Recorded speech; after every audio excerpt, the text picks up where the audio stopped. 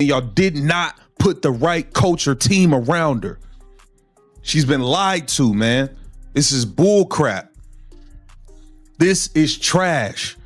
What the Indiana Fever have done with a superstar? This is malpractice by management. This has been coaching malpractice. This is embarrassing. Jason Whitlock has just crossed a line, and now the whole sports world is watching. In a firestorm rant, he demanded that the Indiana Fever fire head coach Stephanie White, not because of her record, not because of her play calling, but because she isn't a heterosexual man. Yes, you heard that right. According to Whitlock, Caitlin Clark can only be saved if she's coached by a straight male, someone like Mark Jackson. That isn't just a hot take.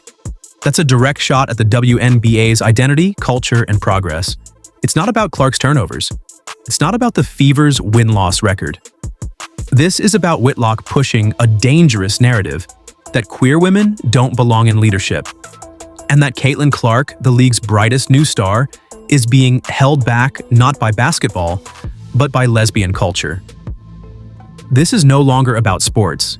This is about power, identity, and whether the WNBA will let people like Whitlock rewrite its values just to sell controversy. Let's be brutally honest. This has nothing to do with basketball. Whitlock's demand to fire Stephanie White and replace her with a heterosexual man like Mark Jackson isn't a strategic suggestion. It's a cultural attack. He's not breaking down offensive sets or criticizing team rotations. He's blaming an entire identity for why Caitlin Clark isn't dominating every game. That's not sports analysis. That's blatant homophobia dressed up as coaching advice. Whitlock is using Clark as a pawn to push a backward narrative that only straight men can lead, and that women, especially queer women, are unfit for leadership. That's not just offensive, it's dangerous.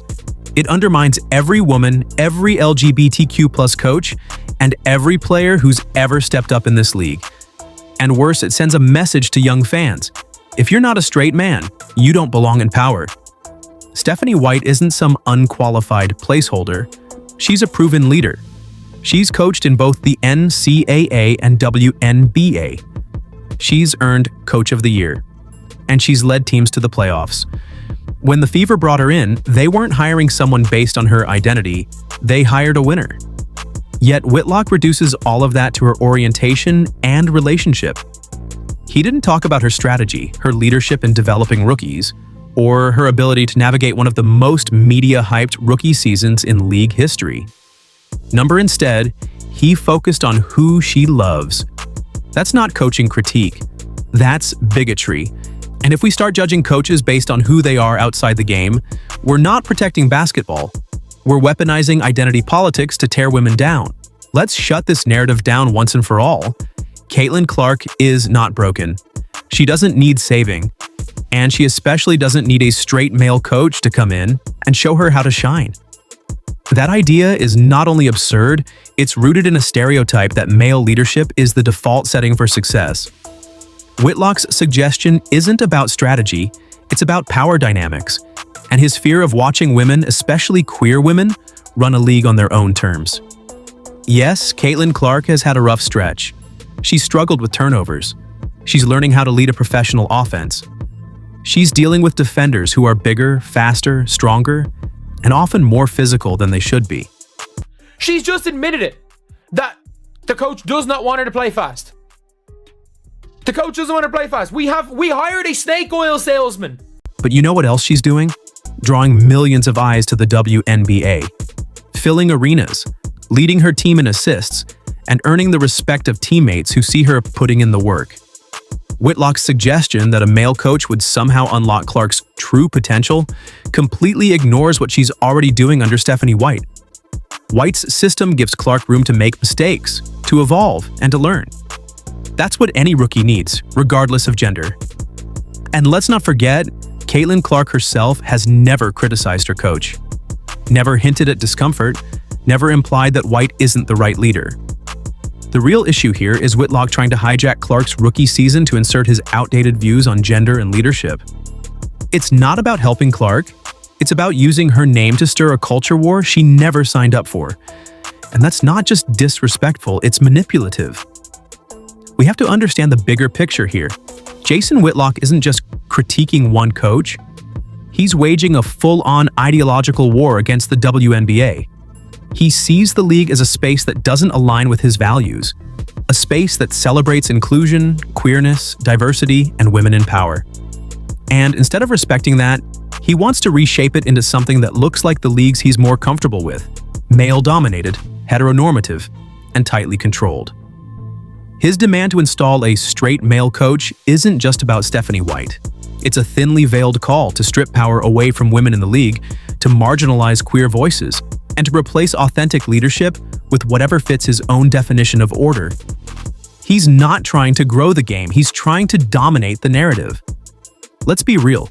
Whitlock doesn't care about Caitlin Clark's development. If he did, he'd be talking about game film, about her pick-and-roll decision-making, about how Indiana can surround her with better shooters to open up the floor. But he's not. He's focused on the coach's identity because that's the only problem he's actually interested in solving. This isn't sports commentary, it's cultural sabotage.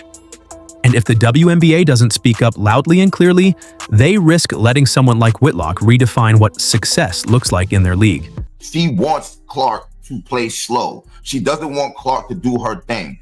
And let's take a listen to what Caitlin Clark said. And she essentially exposed that Stephanie White wants him to play slow. I thought at times we could have played a little bit faster, and I think that's on me, like not conceding in that. We still got to play up tempo. We still got to It's on me not conceding. Let's not sugarcoat it. This is a make-or-break moment for the WNBA's identity. If they remain silent in the face of this attack, they're not just being passive, they're enabling a dangerous shift in the league's values. Whitlock's comments are more than controversial. They're a direct challenge to everything the league claims to stand for. This is a league that has championed inclusion since day one. A league where openly LGBT+ players have thrived, where women coach, lead, and build legacies without having to apologize for who they are. But now, with Whitlock's rant going viral, the question is, will the WNBA protect that legacy, or will they fold under pressure from the loudest culture warriors? Stephanie White didn't just wake up one day as a head coach, she earned it. Through years of experience, hard work, and leadership. To see her credibility attacked purely because of her identity isn't just offensive, it's disqualifying.